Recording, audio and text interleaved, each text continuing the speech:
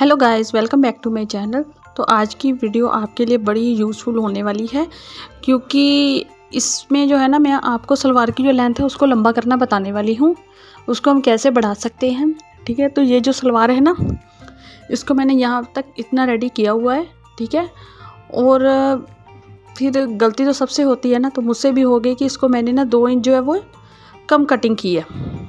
तो अब इसका जो सल्यूशन है वो मैं आपको बताने वाली हूँ। ऐसी गलतियाँ बहुत लोगों से हो जाती हैं, गलतियाँ कर कर के इंसान सीखता है। तो इसको सही करने के और भी काफ़ी तरीके हैं, लेकिन मैं आज आपको सबसे आसान वाला तरीका बता रही हूँ। तो इसके लिए सबसे पहले ये देखिए, जब मैं आपको इसकी लुक दिखा देती हूँ। और ये इसकी मेजरमेंट है, ये 34 इंच है, लेकिन मुझे इसको 36 इंच जो है वो रेडी रखना है, ठीक है। तो आने वाली और वीडियो में अगर कुछ ऐसा होगा ना, तो या फिर आप मुझे कमेंट करके बोलेंगे, तो मैं आपको और भी आसान तरीके जो है वो बताऊंगी कि आप किस तरीके से इसकी लेंथ को बढ़ा सकते हैं। तो ये देखिए, ये मुझे यहाँ पर 36 इंच चाहिए, तो ये 36 इंच से सिर्फ 1 पॉइंट ही कम आ रही है। तो ये बुकरम जो है वो 2 इंच का जॉइंट करने वाली हूँ। पोंचे की चौड़ाई वैसे भी 2 इंच ही रखनी थी, अगर आप 3 इंच रखने वाले हैं तो और भी अच्छा रहेगा। तो वो आपके ऊपर डिपेंड करता है कि आप जो पोंचे की चौड़ाई वो कितनी रखने वाले हैं। हाँ, अगर कम होगी तो उसका भी सल्यूशन होता है। तो अगर आपको कोई ऐसी कभी दिक्कत आई है तो आप मुझे कमेंट करके बोल सकते हैं, मैं उसके ऊपर भी आपके लिए एक वीडियो तैयार कर दूँगी। तो अब इसके लेंथ को हमने बढ़ाना है और इसको 36 इंच तक हमने करना है।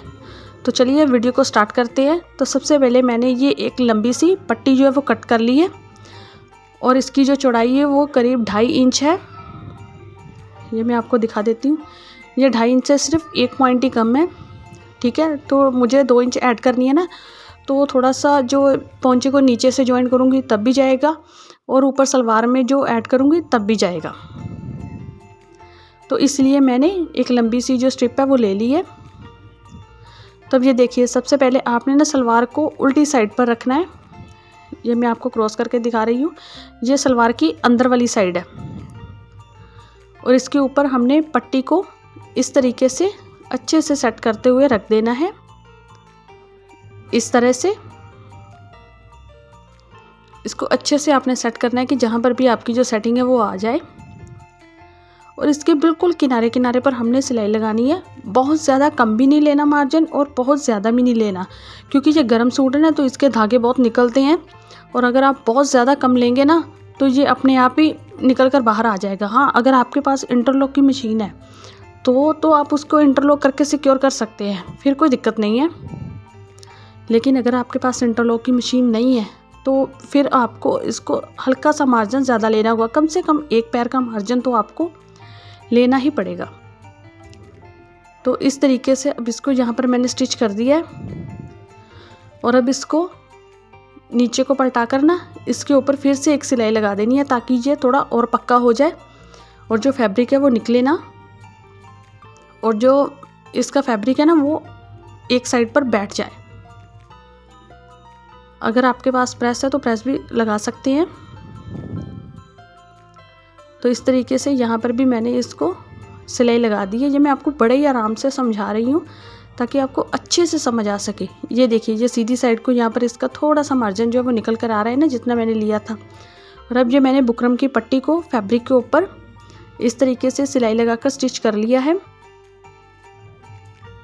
और अब हमने सलवार के फैब्रिक को लेना है। सलवार को फिर से मैंने उल्टा ही रखा है, उसके ऊपर बुकरम की पट्टी को रखना है,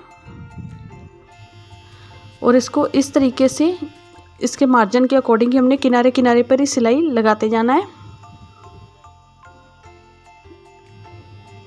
तो यहाँ पर अब हमने सिलाई लगा देनी है। अगर आपको कुछ भी समझ में नहीं आता तो आप मुझे कमेंट करके ज़रूर बताइएगा। और अगर आपको मेरी वीडियो अच्छी लगी हो तो मेरे चैनल को लाइक, सब्सक्राइब और मेरी वीडियो को शेयर करना ना भूलिएगा। और अगर मेरी इस इन्फॉर्मेशन से आपको कोई भी मदद मिली हो तो प्लीज़ मेरी वीडियो को हाइप भी ज़रूर कीजिएगा। तो ये देखिए, यहाँ पर मैंने बुकरम की पट्टी को इस तरीके से सलवार के साथ जो है वो जॉइंट कर दिया है।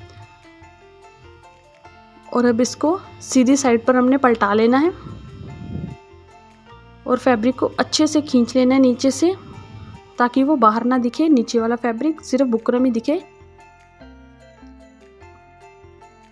और अब यहाँ पर हमने इसको अच्छे से सेट करते हुए यहाँ पर बिल्कुल किनारी किनारी पर ही सिलाई लगा देनी है।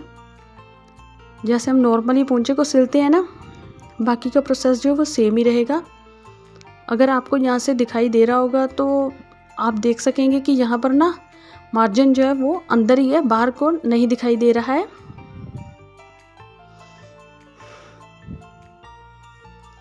और अब इसके बिल्कुल किनारे किनारे पर हमने सिलाई लगा देनी है, जैसे हम हर सलवार के नॉर्मल में लगाते हैं। आप इसके ऊपर चाहे सिर्फ लाइंस लगा दो, चाहे लहरिया डाल दो, स्क्रॉलिंग कर दो, जो मर्जी करो, उसमें अब आपको कोई भी दिक्कत परेशानी नहीं आने वाली है। और अब फिर से एक पैर का मार्जिन लेते हुए हमने फिर से यहाँ पर सिलाई लगा देनी है। ऐसे ही मैंने दूसरा पोंचा भी रेडी कर लिया है साथ साथ में ही। मैं आपको थोड़ा सा और शॉर्ट करके दिखा रही हूँ कि दूसरे पोंचे का प्रोसेस मैं प्रॉपर नहीं दिखा रही हूँ, ताकि आपको जो है वो ज़्यादा वीडियो लंबी ना लगे। और अब दूसरे पोंचे पर भी हमने एक पैर का मार्जिन लेते हुए यहाँ पर भी सिलाई लगा देनी है। अगर आपको कुछ भी समझ ना आए तो आप मुझे कमेंट करके ज़रूर पूछ सकते हैं। यहाँ सलवार से रिलेटेड और भी कोई प्रॉब्लम है तो भी आप मुझे कमेंट करके पूछ सकते हैं, मैं आपके कमेंट का जवाब ज़रूर दूंगी।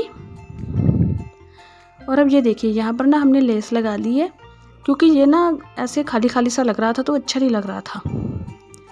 तो अब जब हम यहाँ पर लेस लगा देंगे ना तो एक अच्छी सी लुक आ जाएगी इसकी, और सलवार की जो ग्रेस है वो भी बढ़ जाएगी।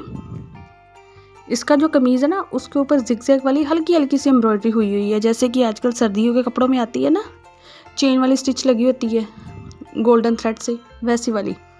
तो वो जिगजैग भी बने हुए हैं उनके, तो इसलिए मैंने इस वाली लेस को चूज़ किया है। आप चाहे तो इसके ऊपर समोसा लेस या कोई भी और लेस या फिर पाइपिंग कुछ भी आप इसको लगा सकते हैं, क्योंकि अगर आप इसको खाली रखेंगे ना तो वो उसकी लुक जो है वो इतनी ग्रेसफुल नहीं आएगी। और अब इसी तरीके से आप चाहें तो जो लेस है ना उसको प्रॉपर बाहर भी रख सकते हैं, लेकिन इस तरीके से हमने निकाला है ना छोटे छोटे स्क्रॉलिंग वाले हिस्से को, तो वो काफ़ी ज़्यादा अच्छा लगता है। तो अब मैंने सलवार को रेडी कर दिया। ये मैं इसकी उल्टी साइड आपको दिखा रही हूँ। देखिए यहाँ पर हमें ना कोई भी जॉइंट नहीं नज़र आ रहा है, और सलवार की जो लेंथ है वो भी हमारी बढ़ चुकी है।